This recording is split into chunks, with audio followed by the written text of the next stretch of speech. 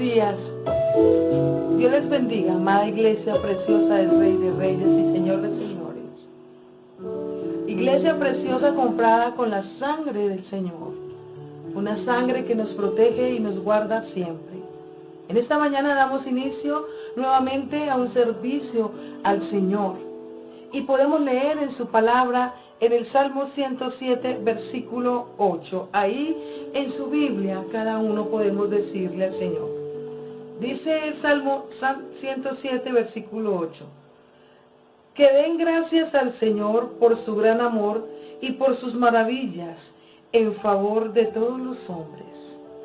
Gracias damos hoy al Señor por su gran amor con que nos ha cuidado, por su precioso amor y fidelidad con cada uno de nosotros como sus hijos. Nos ha guardado, nos ha limpiado, nos ama por su gran amor. Hoy es un día para congregarnos, adorar y glorificar el nombre del Señor Jesucristo. Y juntos poderle cantar, poderle glorificar con un corazón lleno de gozo y de felicidad porque el Señor ha sido bueno. Mis amados hermanos, Iglesia del Señor, damos inicio esta mañana para glorificar a Jesucristo el Señor y podernos reunir y alzar las manos donde quiera que estemos y decirle cuán grande y precioso es su amor. Prepare su corazón en esta mañana para alabar y bendecir el nombre del Señor. Dios les bendiga.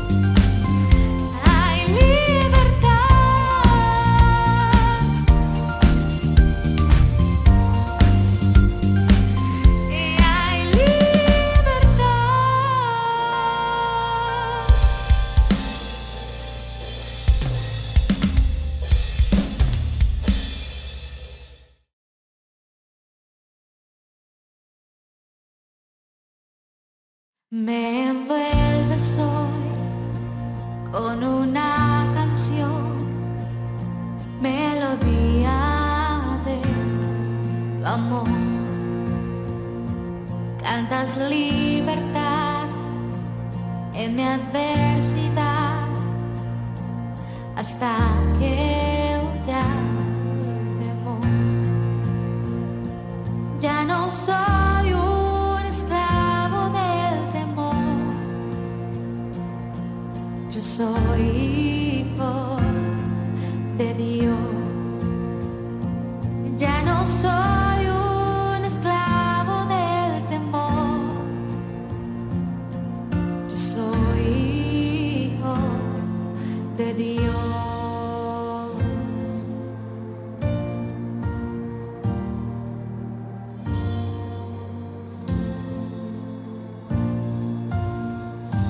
Desde el vientre fui escogido en ti, me llamo el amor. De nuevo nací, recibido en ti, tu sangre en mí fluyó. Ya no soy un esclavo del temor, yo soy hijo de Dios. Ya no soy un esclavo del temor, yo soy hijo de Dios.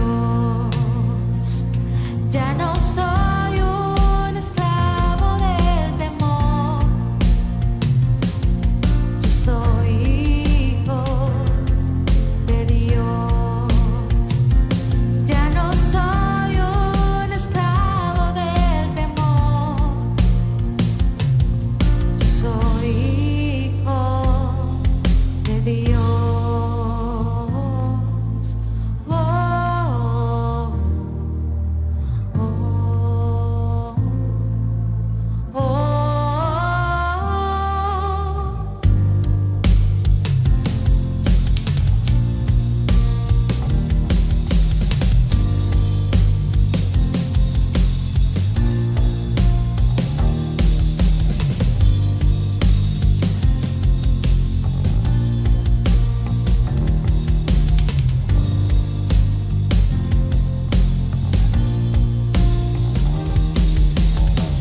Abriste el mar para que yo camine, tu amor ahogó todo el temor.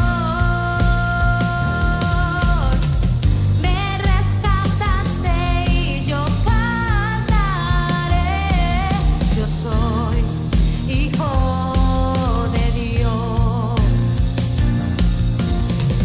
Abriste el mar para que yo camine, tu amor ahogó todo el temor. Me rescataste y yo cantaré, yo soy hijo de Dios.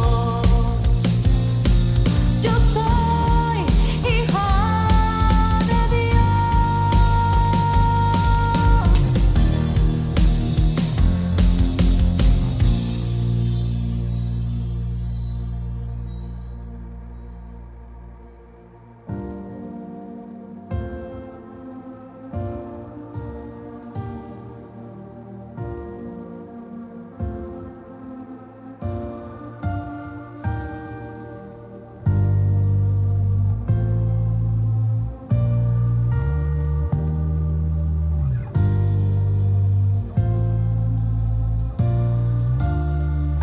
Yo solo sé que yo soy su hijo y él es mi padre y mi padre me ama. Yo solo sé que yo soy su hijo y él es mi padre y mi padre me ama. Yo solo sé que yo soy su hijo.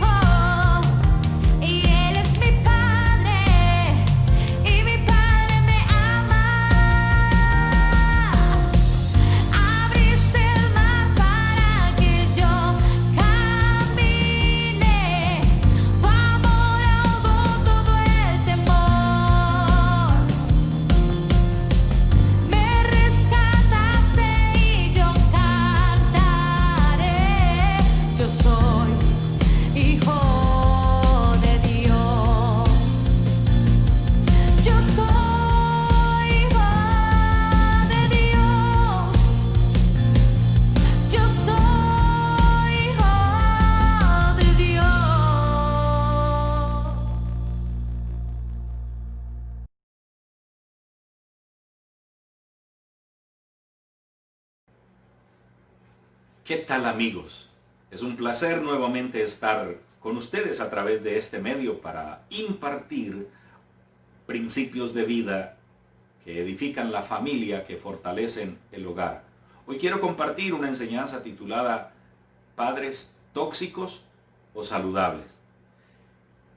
Está basado en el Evangelio según San Lucas, el capítulo 15, los versos 11 en adelante. Y la palabra del Señor dice: también dijo, un hombre tenía 2 hijos, y el menor de ellos dijo a su padre: Padre, dame la parte de los bienes que me corresponde. Y les repartió sus bienes.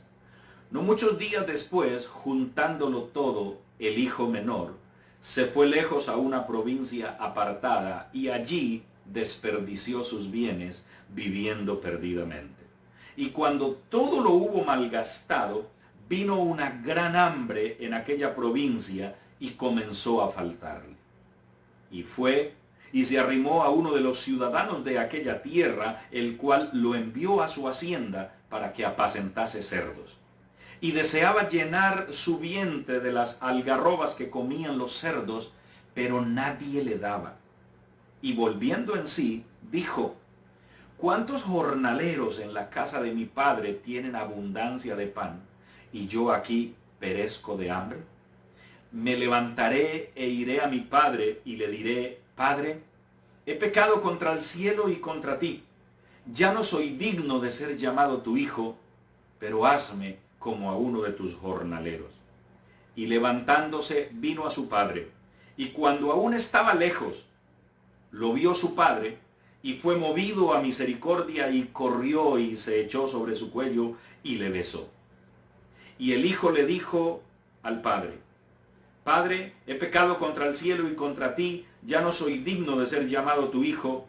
Pero el padre dijo a sus siervos: sacad el mejor vestido y vestidle, y poned un anillo en su mano y calzado en sus pies, y traed el becerro gordo y matadlo, y comamos y hagamos fiesta.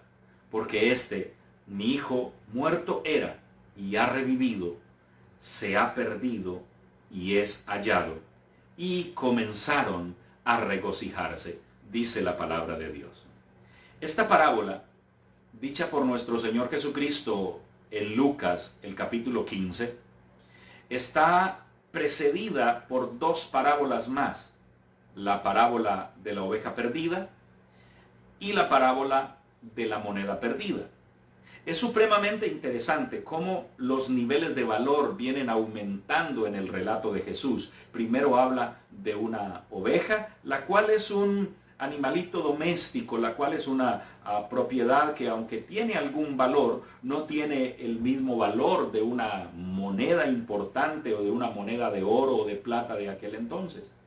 Luego, no solamente se pierde una oveja y una moneda, sino que lo tercero que se pierde en el capítulo 15 de Lucas es un hijo. Y obviamente la pérdida de un hijo es una pérdida irreparable.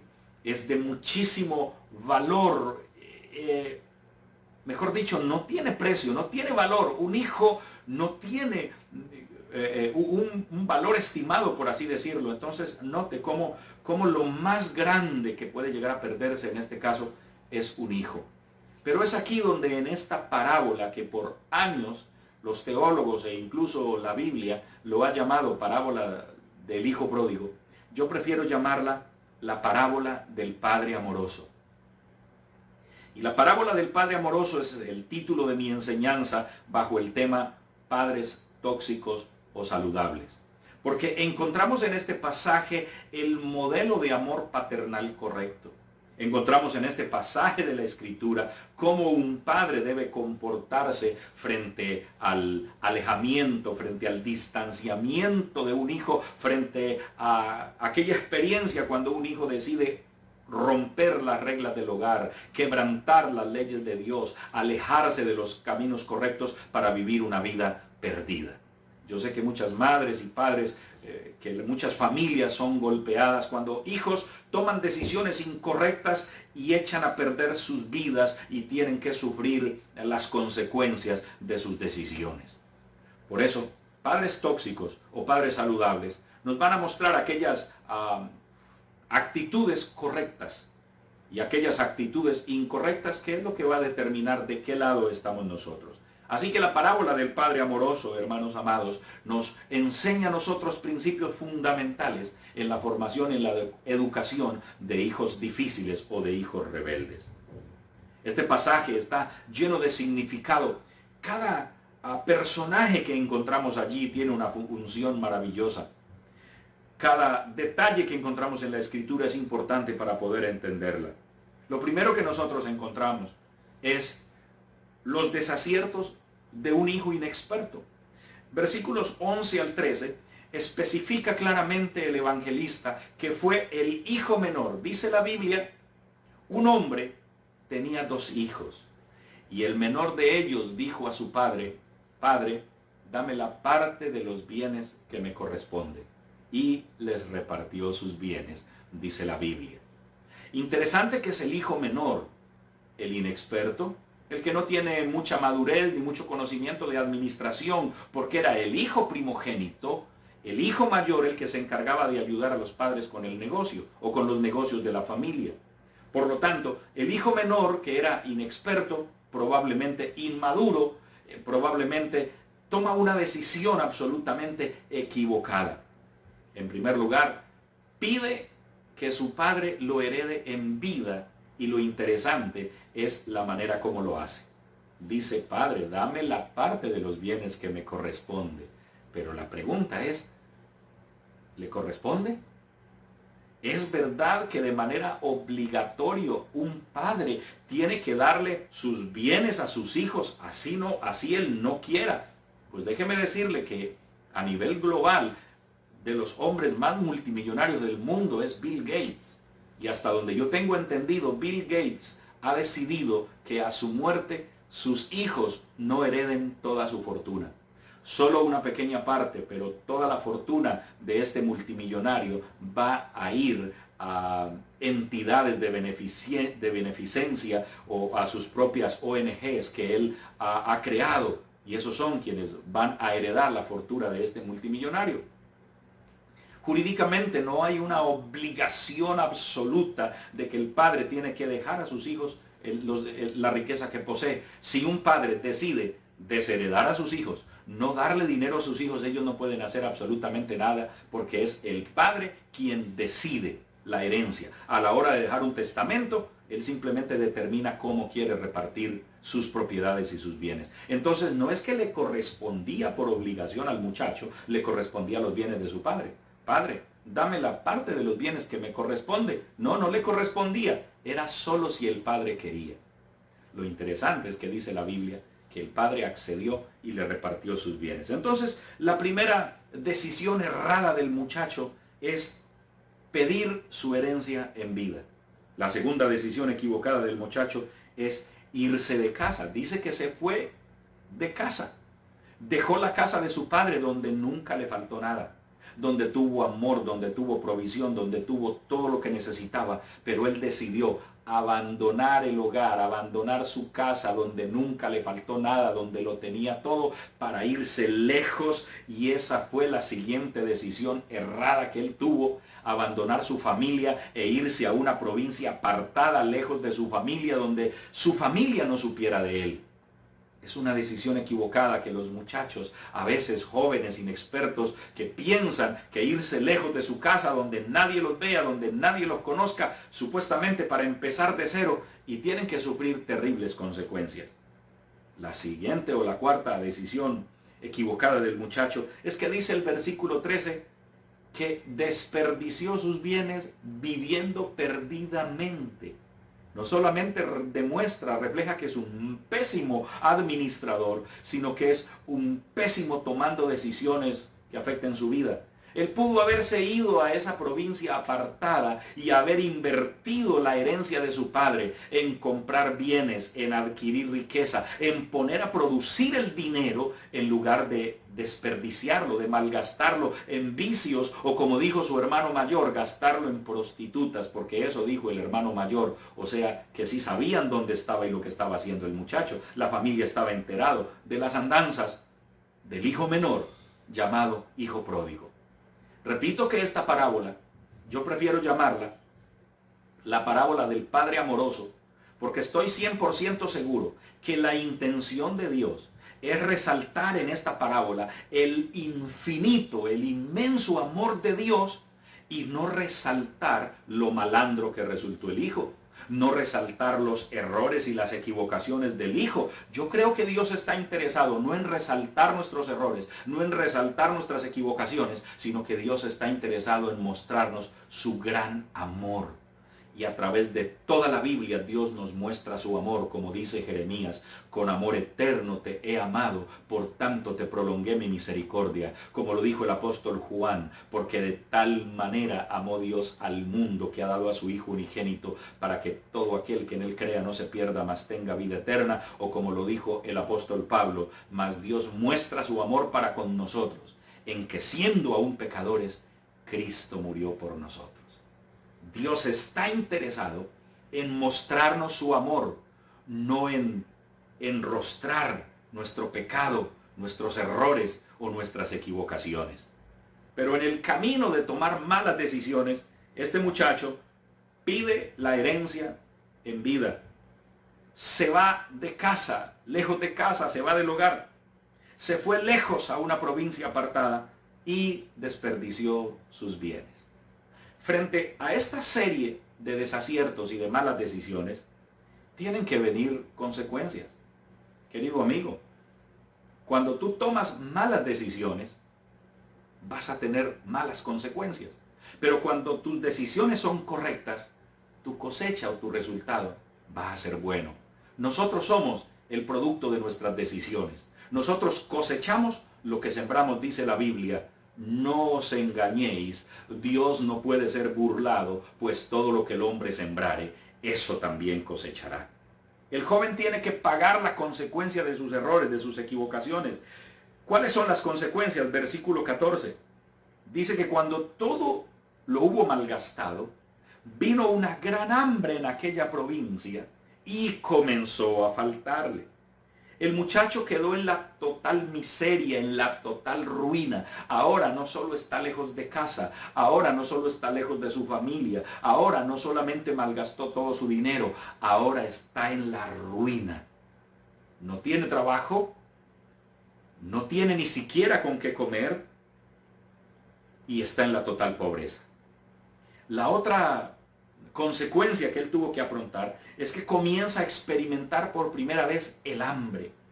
Este muchacho lo tuvo todo en su casa, con su padre, lo tuvo todo. Pero una vez comienza a experimentar el hambre, dice que deseaba llenar su vientre de las algarrobas que comían los cerdos, pero nadie le daba.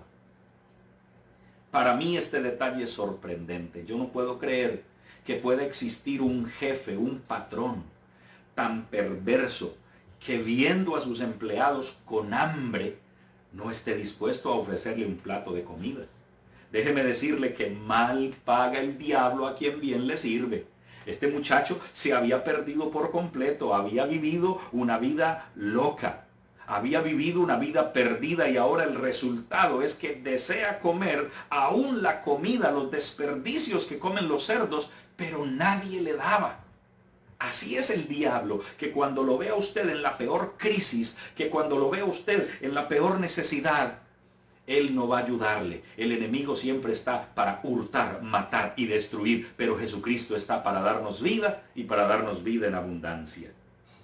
Algo impresionante como consecuencia del error de este muchacho es que dice el versículo 15 que se arrimó a uno de los ciudadanos de aquella tierra, el cual lo envió a su hacienda para que apacentase cerdos.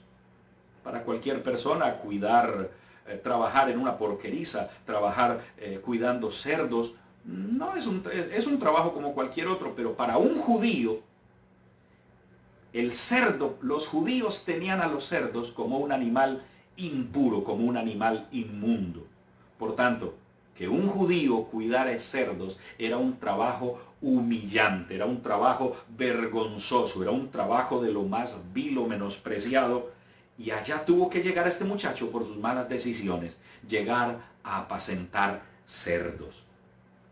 Dice la Biblia en el verso 16 que estando en total crisis, Él dijo, ¿cuántos jornaleros en la casa de mi padre tienen abundancia de pan y yo aquí perezco de hambre? Alguien dijo muy sabiamente que bolsillos vacíos y estómago vacío suelen dejarnos las más grandes enseñanzas de nuestra vida. Qué triste que hay personas que tienen que experimentar la crisis financiera, aún llegar a experimentar hambre para reconocer sus errores y para volverse a Dios o para volverse al camino correcto. Cuando el muchacho dice, y volviendo en sí, dice la palabra de Dios por allá en el verso número 15. Y volviendo así, perdón, el verso 17. Y volviendo en sí, dijo. Cuando la Biblia dice volviendo en sí, significa que el muchacho estaba fuera de sí. Estaba sin control, su vida se había descontrolado por completo. Y volviendo en sí dijo, ¿cuántos jornaleros en la casa de mi padre tienen abundancia de pan y yo aquí perezco de hambre? Reconoció su condición, reconoció su error. Significa que el muchacho recapacitó y se arrepintió y tomó la decisión de volver a casa de su padre. La determinación de cambio es el inicio de la restauración. Hay muchas personas con buenas determinaciones, hay muchas personas con buenas intenciones, pero nunca las llevan a cabo. Lo que realmente vale la pena no es solamente tener buenas intenciones y buenas determinaciones, sino llevarlas a cabo. El muchacho dice que se levantó y vino efectivamente a su padre. Y es aquí donde nosotros comenzamos a observar la parábola del Padre amoroso, el objetivo de la parábola, el clímax de la parábola, la enseñanza central de la parábola. Dice el Señor que el muchacho se levantó y vino a su padre, pero que cuando aún estaba lejos, versículo 24 al 20, cuando el padre lo vio a lo lejos, fue movido a misericordia y dice que corrió, lo abrazó, lo besó. Y el muchacho había preparado hasta un discurso. Dijo, Padre, he pecado contra el cielo y contra ti, ya no soy digno de ser llamado tu hijo, pero hazme como uno de tus jornaleros. El muchacho hasta había preparado un discurso.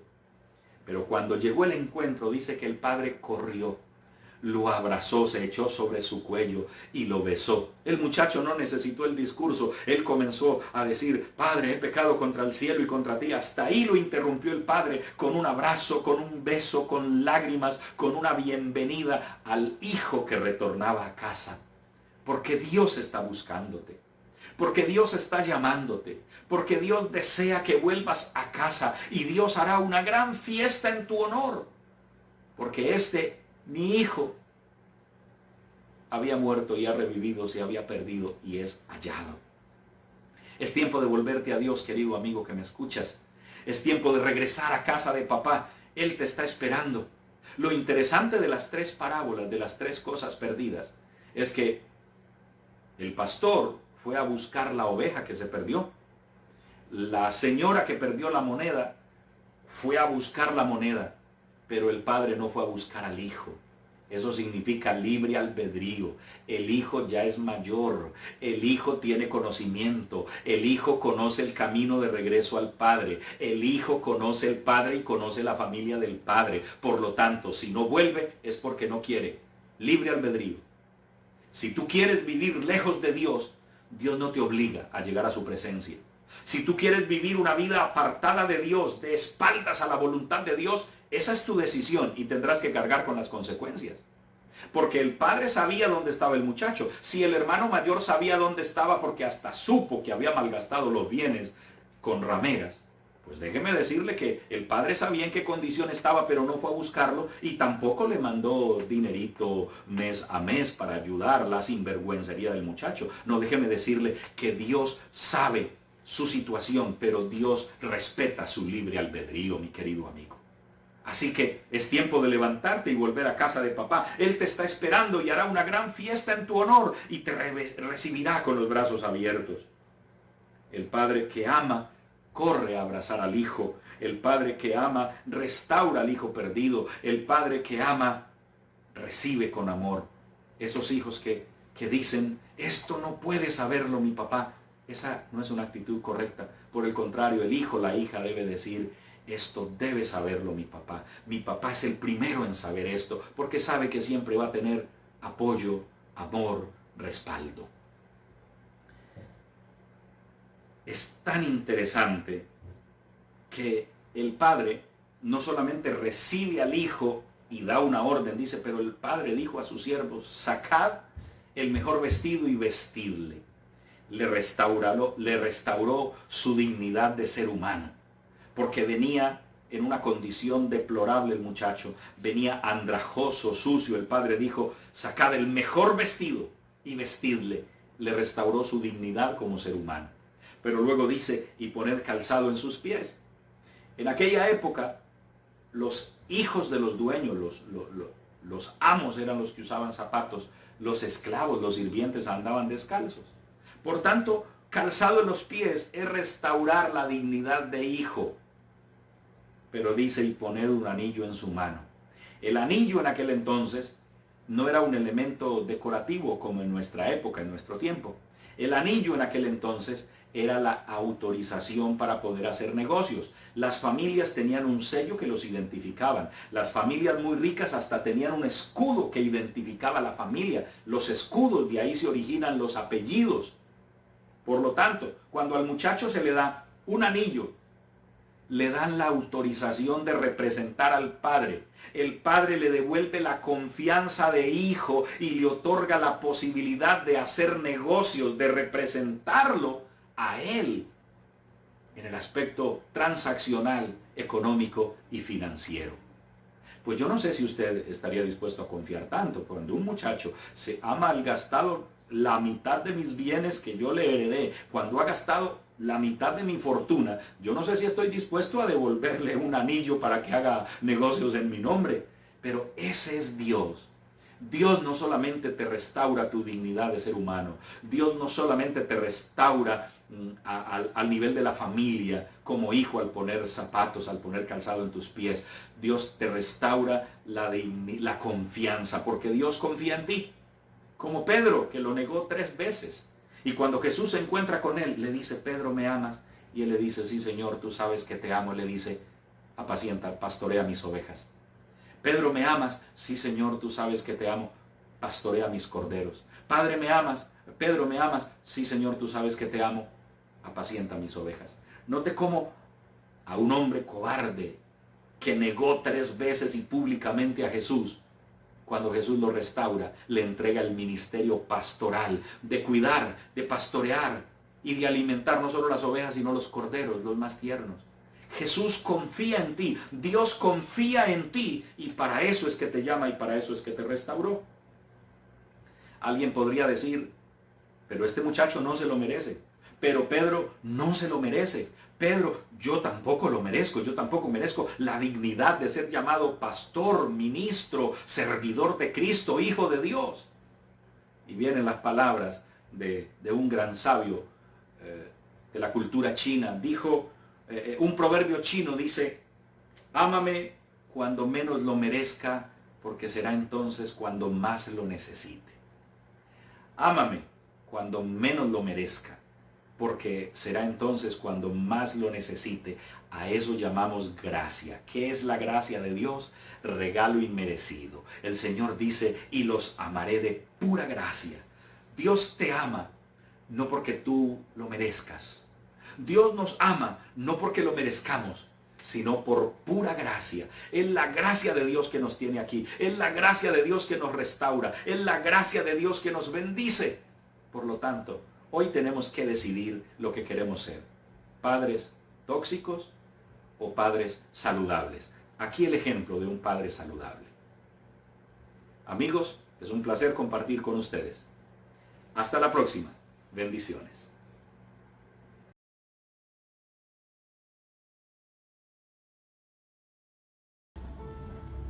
Buenos días, Iglesia Hueldellana. Queremos brindarles un saludo muy especial al pastor Emelio, a la pastora Carmen, a sus hijos Caleb y Juan Marcos y a toda la iglesia. Queríamos compartir con ustedes el Salmo 121 del versículo del 1 al 4. A las montañas levanto mis ojos. ¿De dónde ha de venir mi ayuda? Mi ayuda proviene del Señor, creador del cielo y de la tierra. No permitirá que tu pie resbale. Jamás duerme el que te cuida. Jamás duerme ni se adormece el que cuida de nuestras familias. Este salmo lo escogimos porque queremos recordarles que así estemos viviendo momentos muy difíciles, tendremos presente que Dios siempre está junto a nosotros y que estando con Él nada malo nos va a pasar. Recuerden eso, familia, los queremos mucho, los extrañamos mucho. Dios quiera que pronto nos podamos volver a ver. Un abrazo muy fuerte y gracias. Amén. Amén.